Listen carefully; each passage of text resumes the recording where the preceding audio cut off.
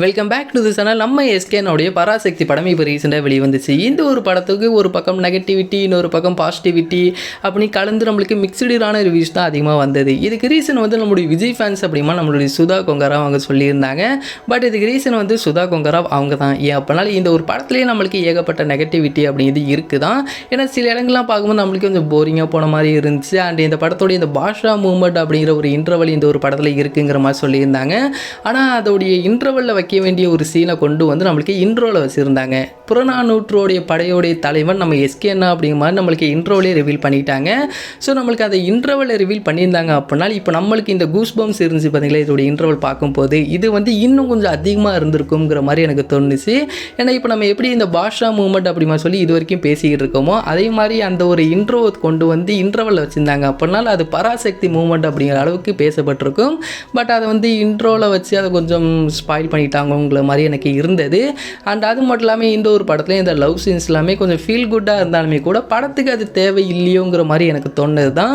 ஏன் அப்படின்னா நம்ம எதிர்பார்த்து வந்தது ஓகே, ஹிந்தி எதிர்ப்புக்காக நடந்த ஒரு போராட்டத்தை இந்த ஒரு படத்தில் கொண்டு வந்திருக்காங்க. அதனால் இந்த ஒரு படமே செம்ம விறுவிறுப்பாக இருக்க போகுது அப்படி மாதிரி ஒரு மிகப்பெரிய எதிர்பார்ப்போடு போய் உட்காரும் போது நம்மளுக்கு ஃபீல் குட்டான ஒரு மூவி கொடுத்ததுனால நம்மளுக்கு அந்த லவ் சீன்ஸ்லாம் கொஞ்சம் அன்வான்டாக இருந்தது. அது எல்லாத்தையுமே எடுத்துகிட்டு நம்மளுக்கு புறநானூற்று படையை இதை பற்றி இன்னும் கொஞ்சம் டீட்டெயிலாக நம்மளுக்கு ரிவீல் பண்ணியிருந்தாங்க அப்படின்னா இன்னும் கொஞ்சம் நல்லாவே இருந்திருக்குங்கிற மாதிரி என்னுடைய தாட் இருந்தது. ஏன்னா நான் இப்போ சொன்னது வந்து ஸ்ரீலீலா நம்ம எஸ்கேனோட பேரை பற்றிலாம் சொல்லலை. அந்த ஒரு படத்துக்கு அந்த ஒரு லவ் சீன்ஸ் தேவை இல்லையோங்கிற மாதிரி தான் எனக்கு தோணுது.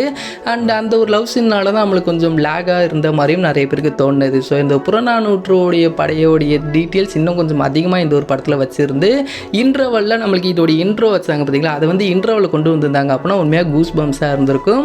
அண்ட் அதே மாதிரி இந்த ரத்னமாலா சாங் அப்படிங்கிறது அன்வான்டான பிளேஸ்மெண்ட்டில் நம்மளுக்கு இருந்தது. ஏன்னா அந்த ஒரு இடத்துக்கு அந்த ஒரு சாங் தேவையே இல்லைங்கிற மாதிரி இருந்தது. அதோடைய சாங் அதோடைய வீடியோ சாங் எல்லாமே நல்லா இருந்தாலுமே கூட அந்த இடத்துக்கு அந்த பாடல் தேவையில்லைங்கிற மாதிரி தான் எனக்கு இருந்துச்சு.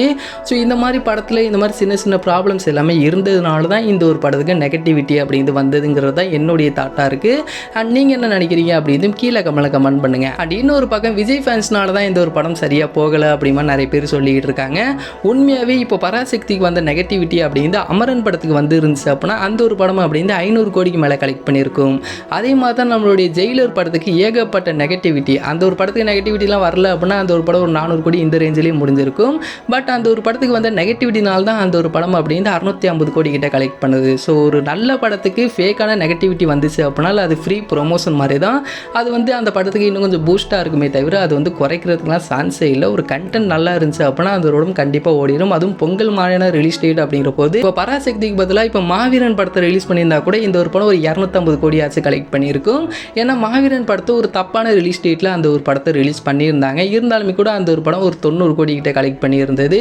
அந்த படத்தை இந்த மாதிரி ஃபெஸ்டிவல் டேட்டில் பண்ணியிருந்தாங்க அப்படின்னா உண்மையாகவே அந்த ஒரு படம் ஒரு 250 கோடி கிட்ட கலெக்ட் பண்ணியிருக்க வேண்டிய ஒரு மூவி. அந்த அளவுக்கு ஒரு செம்மையான ஒரு மூவி மாவீரன்.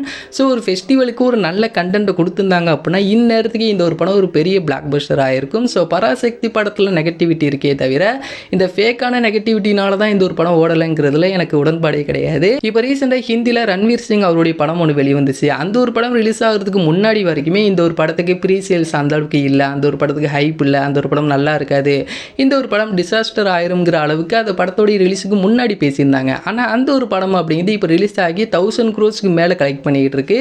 ஸோ அந்த படத்தோடைய கண்டென்ட் அப்படி. ஸோ இந்த மாதிரி தான் நம்ம ஒரு படத்தோடைய கண்டென்ட் நல்லா இருந்துச்சு அப்படின்னா நீங்கள் எவ்வளோ பெரிய நெகட்டிவிட்டி வந்தாலுமே கூட அது அந்த படத்துக்கு பூஸ்டாக தான் இருக்குமே தவிர அந்த படத்தை ஃப்ளாப் ஆக்குங்கிறதுலாம் சும்மா நம்ம சொல்லிக்கலாமே தவிர அது வந்து அந்த படத்துக்கு உண்மையாகவே அந்த ஃபேக்கான நெகட்டிவிட்டினால அந்த ஒரு படம் ஓடலைங்கிறதுலாம் இது வரைக்கும் எந்த படத்துக்கும் நடந்தது கிடையாது. அதாவது பெரிய ஹீரோஸ் படத்துக்கு. ஏன்னா சின்ன படங்கள் வரும்போது அந்த படத்துக்கு பாசிட்டிவ் ரிவ்யூஸ் ரொம்பவே இம்பார்ட்டன்ட். பட் பெரிய ஹீரோ படம் வரும்போது அந்த ஒரு படத்துக்கு ஃபேக்கான நெகட்டிவிட்டி வந்தாலுமே கூட அந்த ஒரு படம் ஓடிருங்கிறதுக்கு நிறைய மூவிஸ் அப்படிங்கிறது எக்ஸாம்பிள்ஸ் நம்மளுக்கு இருக்குது. அப்படிங்கிற போது பராசக்தி படம் சரியாக போகலைங்கிறதுக்கான ஒரே ரீசன் அந்த ஒரு படத்தில் சின்ன சின்ன ப்ராப்ளம்ஸ் இருந்தது மட்டும்தான் நான் நினைக்கிறேன். ஸோ நான் ஆல்ரெடி சொன்ன மாதிரி ஒரு நல்ல படத்துக்கு ஃபேக்கான நெகட்டிவிட்டி வந்துச்சு அப்படின்னா அது அந்த படத்துக்கு பூஸ்டாக தான் இருக்குமே தவிர அந்த ஒரு படத்தை ஃப்ளாப்லாம் ஆக்காது. ஸோ இது வந்து பராசக்தியில் உள்ள ப்ராப்ளம். ஸோ இது எல்லாமே எனக்கு தோணுது தான். இதில் சரியாக தப்பாங்கிறது நீங்கள் கீழே கமெண்ட் பண்ணுங்கள். அண்ட் எந்த ஒரு வீடியோ உங்களுக்கு பிடிச்சிருந்தால் ஷேர் பண்ணுங்கள், லைக் பண்ணுங்கள், மறந்துடாம எங்களோட சேனலை சப்ஸ்கிரைப் பண்ணிங்க.